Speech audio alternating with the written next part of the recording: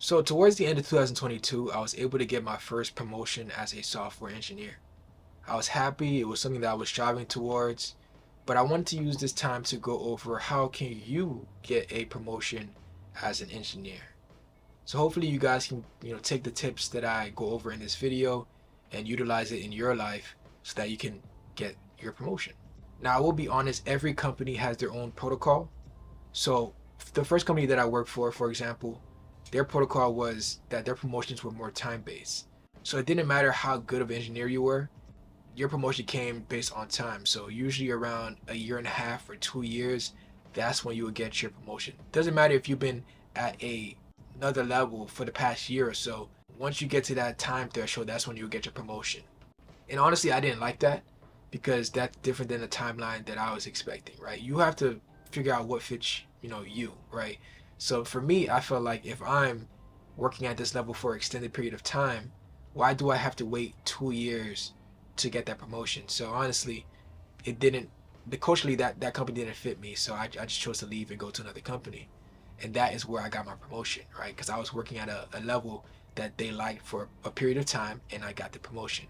A second thing that's important when it comes to giving out promotions is budget, right? So the department that you work for may get a smaller budget compared to another department, right? So for example, the department that I work for didn't have as high as a budget compared to another department, right? Their department or the other department was able to give promotions to 5 or 6 people, while the department that I work for was only able to give out 2 or 3 promotions. So that's two criteria that you got to figure out. First is cultural fit, and if it's timeline based, or how do they give out promotions based on the culture. And second of all is how much of a budget does your department have, right? Does the company feel like that department is important where they're able to fund a lot more toward the department compared to others? And to help figure out what type of cultural and financial situation your department is in, just talk to some of the seniors, right? How long did it take for a great senior on your team to get their initial promotion, right?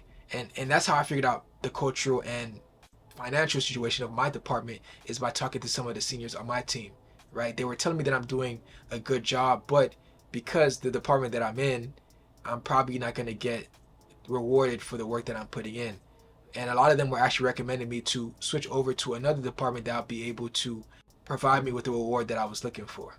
But for me, I just felt like company wise, the company just didn't fit what I was striving for work wise and reward wise. So I chose to leave.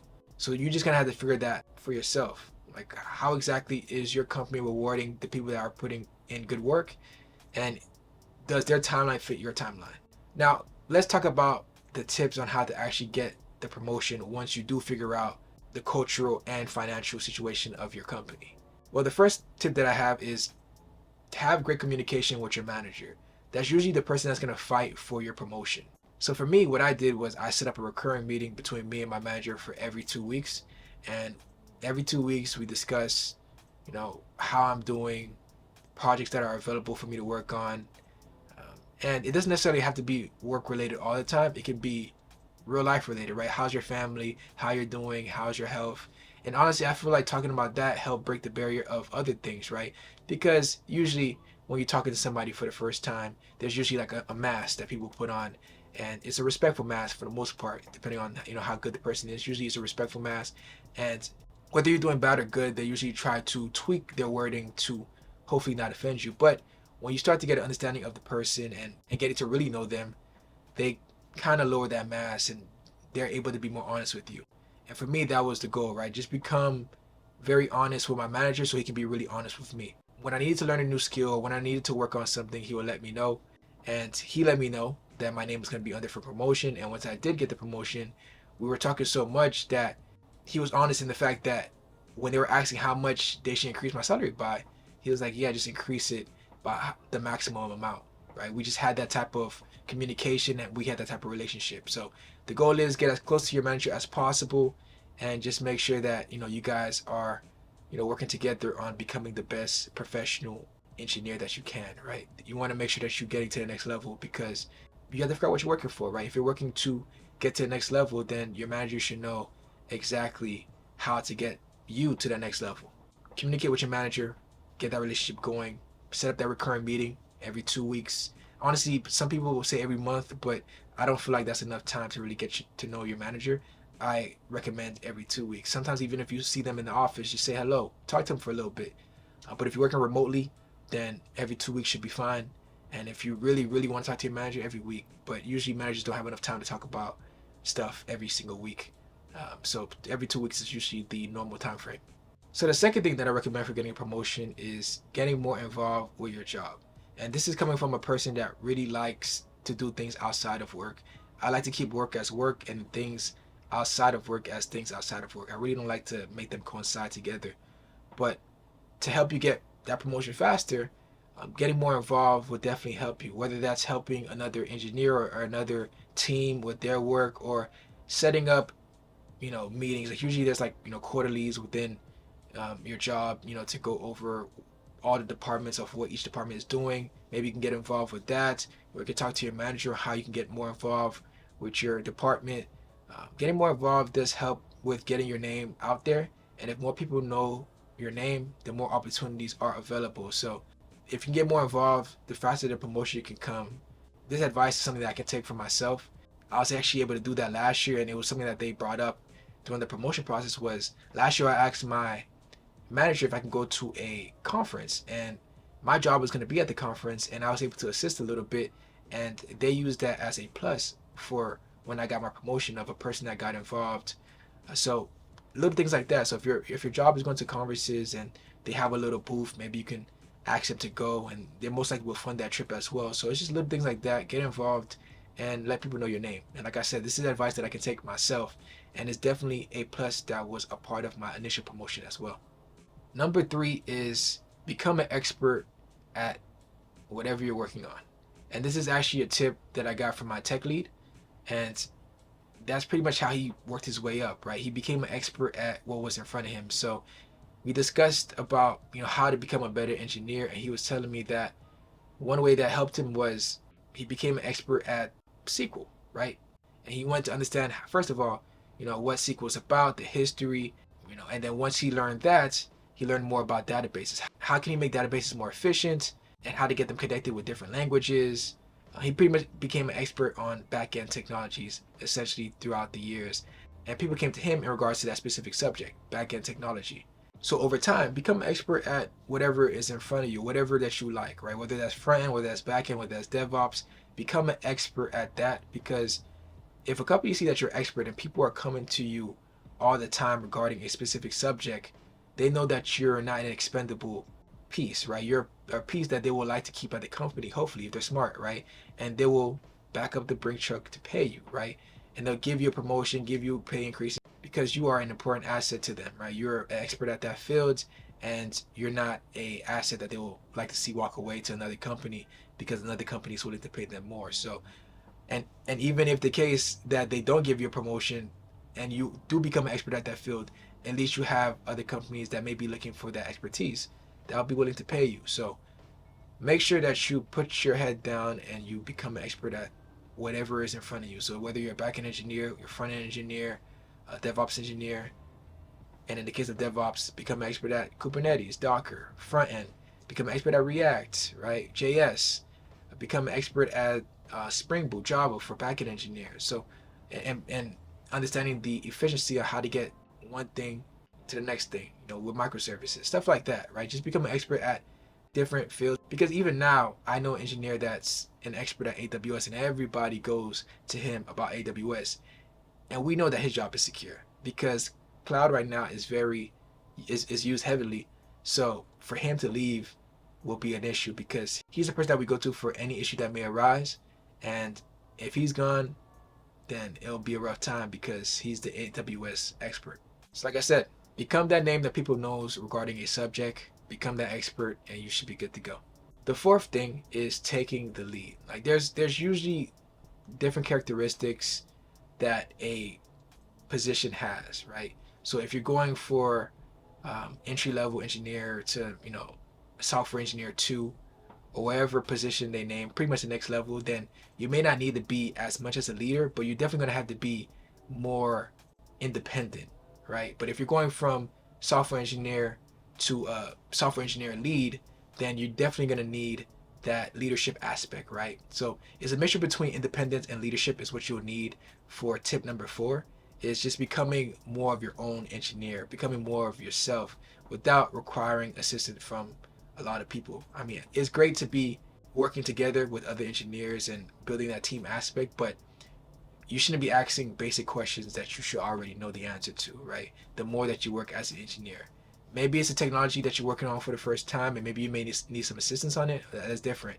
But if it's technology that you utilize all the time and you're still asking questions to the lead and you're like 2-3 years in, that may be an issue. So I would say make sure that you are working on becoming more independent, working on becoming more of a leader so that the company sees, oh, you're ready to make that next step on going to the next position. And you have to show that quality for a extended period of time.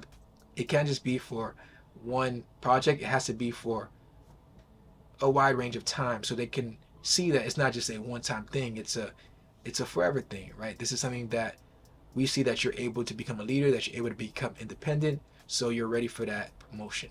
Now, for individuals that are trying to become independent, going from entry level to the next position, I would just say, like I said, be independent. So making sure that you ask questions, take notes, make sure to not ask the same question multiple times if you can.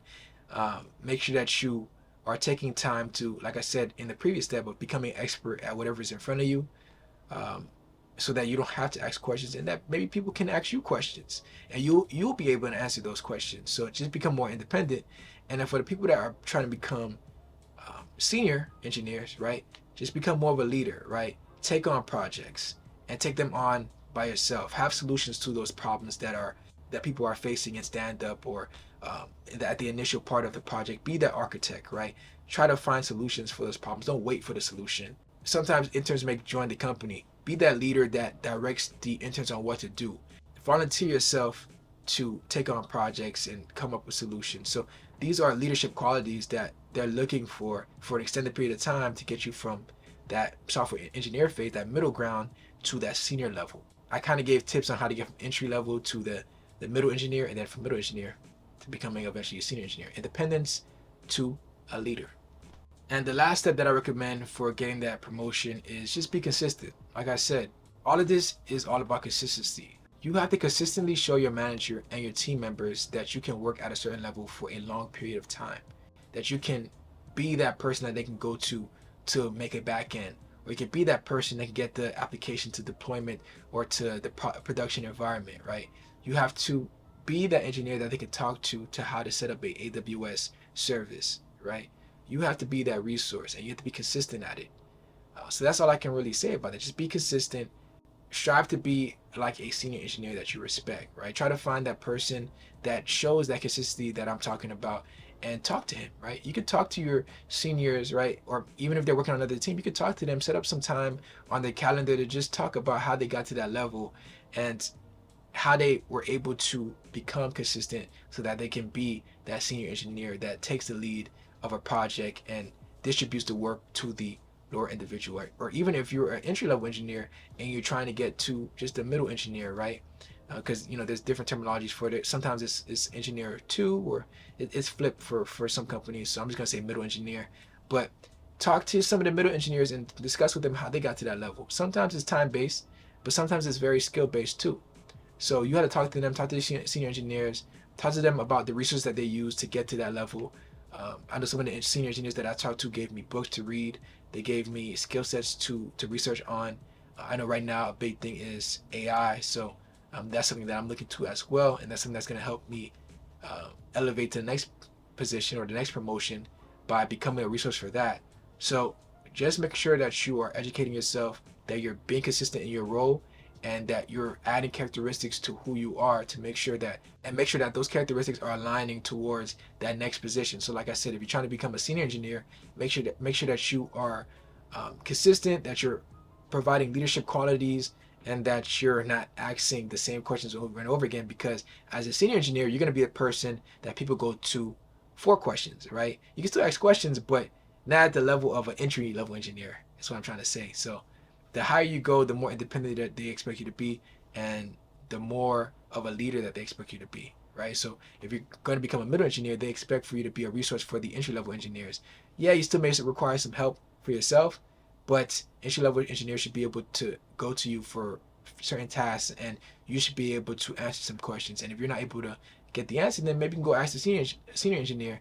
But as a senior engineer, or as a middle engineer trying to get the senior engineer, well, you have to be able to know a lot more questions or answers to a lot more questions than before as an entry level engineer. So these are things that you're supposed to add to your repertoire, and you should eventually be able to get a promotion if the company fits you culturally and timeline wise. Because, like I said, companies may not have the fun to give you a promotion, and they may not give you promotions based on skill set, but more on timeline based. So you have to figure out the company that you work for, talk to the senior engineers, and just talk to your engineers about the characteristics that help them get to that next level. But these are the 5 tips that I saw that helped me get my initial promotion, and that I talked to some of the senior engineers and tech leads, and these are some of the tips that they gave me to get to the next promotion. So hopefully that was helpful.